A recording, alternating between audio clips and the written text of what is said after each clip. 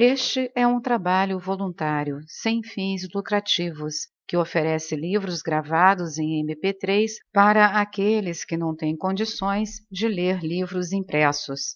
Para ouvir este e outros livros gratuitamente na íntegra, acesse nosso canal e leia as instruções na aba Sobre. Este livro foi gravado para o uso exclusivo da pessoa com deficiência visual, não podendo ser comercializado de acordo com a Lei nº 9.610, de 19 de fevereiro de 1998.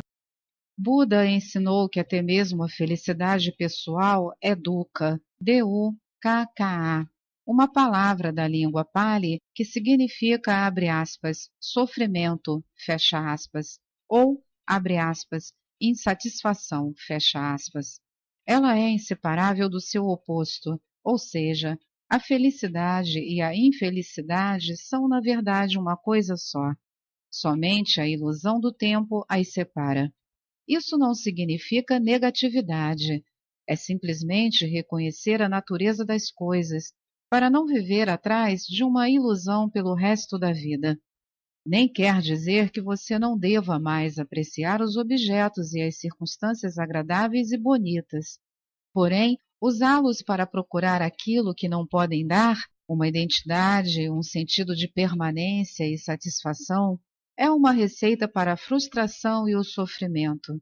Toda a indústria da propaganda e a sociedade de consumo entrariam em colapso se as pessoas se tornassem iluminadas e deixassem de tentar encontrar as suas identidades através dos objetos. Quanto mais usarmos esse caminho para encontrar a felicidade, mais estaremos nos iludindo. Nada lá fora vai conseguir nos trazer satisfação, a não ser por um tempo e de modo superficial. Mas talvez você precise passar por muitas decepções antes de perceber a verdade. Os objetos e as circunstâncias podem lhe dar prazer, mas também vão lhe trazer sofrimento. Eles podem lhe dar prazer, mas não trazer alegria. A alegria não tem uma causa e brota dentro de nós como a alegria do ser. É uma parte essencial do estado de paz interior, conhecido como a paz de Deus. É o nosso estado natural, não algo porque tenhamos de lutar para conseguir. As pessoas, em geral, não percebem que a, abre aspas, salvação, fecha aspas, não está em nada do que façam, possuam ou consigam. Aquelas que percebem ficam muitas vezes enfastiadas do mundo e deprimidas. Se nada pode lhes dar um verdadeiro prazer, será que resta alguma coisa por que se empenhar? Com que objetivo? O profeta do Velho Testamento deve ter chegado a essa conclusão quando escreveu, abre aspas, tenho visto tudo o que se faz debaixo do sol, e eis que tudo é vaidade e uma luta contra o vento. Fecha aspas. Quando você chega a esse ponto, está a um passo do desespero e um passo mais longe da iluminação. Uma vez um monge budista me disse, abre aspas, tudo o que aprendi nos 20 anos em que sou monge pode ser resumido em uma frase. Tudo o que surge desaparece. Isso eu sei. Fecha aspas. O que ele quis dizer foi o seguinte: aprendi a não oferecer qualquer resistência ao que é. Aprendi a permitir que o momento presente aconteça e a aceitar a natureza impermanente de todas as coisas e circunstâncias. Foi assim que encontrei a paz. Não oferecer resistência à vida é estar em estado de graça, de descanso e de luz. Esse estado não depende de as coisas serem boas ou ruins. É quase paradoxal, mas como já não existe uma dependência interior quanto à forma, as circunstâncias gerais da sua vida, as formas externas, tendem a melhorar consideravelmente. As coisas, as pessoas ou as circunstâncias que você desejava para a sua felicidade vêm agora até você sem qualquer esforço, e você está livre para apreciá-las enquanto durarem. Todas essas coisas naturalmente vão acabar, os ciclos virão e irão, mas com o desaparecimento da dependência não há mais medo de perdas. A vida flui com facilidade. A felicidade que provém de alguma coisa secundária nunca é muito profunda. É apenas um pálido reflexo da alegria do ser, da paz vibrante que encontramos dentro de nós ao entrarmos no estado de não resistência. O ser nos transporta para além das polaridades da mente e nos liberta da dependência da forma. Mesmo que tudo em volta desabe e fique em pedaços, você ainda sentirá uma profunda paz interior. Você pode não estar feliz, mas vai estar em paz. Abre colchete. Nota da ledora. O autor sugere, nesse momento, uma pausa para a reflexão. Fecha colchete. Utilizando e abandonando a negatividade. Toda resistência interior é vivenciada como negatividade. Toda negatividade é resistência. Nesse contexto, as duas palavras são quase sinônimas. A negatividade vai de uma irritação ou impaciência a uma raiva furiosa, de um humor deprimido ou um ressentimento ou um desespero suicida. Às vezes, a resistência faz disparar o sofrimento emocional, caso em que mesmo uma situação banal pode produzir uma negatividade intensa, como a raiva, a depressão ou um profundo pesar.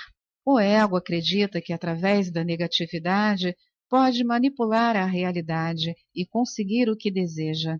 Acredita que através dela pode atrair uma circunstância desejável ou dissolver uma indesejável. O livro Um Curso em Milagres destaca corretamente isso ao afirmar que sempre que estamos infelizes, acreditamos inconscientemente que a infelicidade, abre aspas, compra, fecha aspas, para nós o que queremos.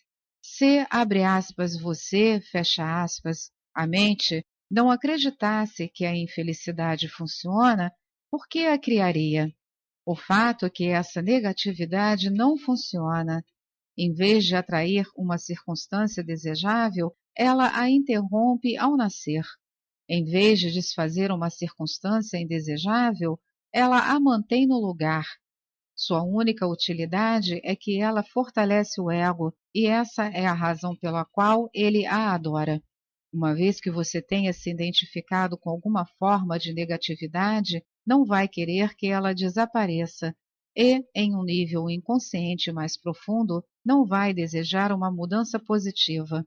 Ela iria ameaçar a sua identidade como uma pessoa depressiva, zangada ou difícil de lidar. Você então passa a ignorar, negar ou sabotar aquilo que é positivo em sua vida. É um fenômeno comum e também doentio. A negatividade é completamente antinatural. É um poluente psíquico e existe um vínculo profundo entre o envenenamento e a destruição da natureza e a grande negatividade que vem sendo acumulada na psique coletiva humana. Nenhuma outra forma de vida no planeta conhece a negatividade, somente os seres humanos. Assim como nenhuma outra forma de vida violenta e envenena a terra que a sustenta. Você já viu uma flor infeliz ou um carvalho estressado? Já cruzou com um golfinho deprimido, um sapo com problemas de autoestima, um gato que não consegue relaxar ou um pássaro com ódio e ressentimento? Os únicos animais que eventualmente vivenciam alguma coisa semelhante à negatividade ou mostram sinais de comportamento neurótico são os que vivem em contato íntimo com os seres humanos e assim se ligam à mente humana e à insanidade deles.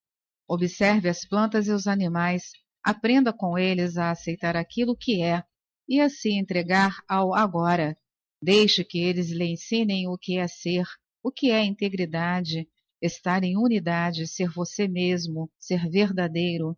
Aprenda como viver e como morrer, e como não fazer do viver e do morrer um problema. Vivi com alguns mestres zen, todos eles gatos. Até mesmo os patos me ensinaram importantes lições espirituais. Observá-los é uma meditação. Como eles flutuam em paz, de bem com eles mesmos, totalmente presentes no agora, dignos e perfeitos, tanto quanto uma criatura sem mente pode ser.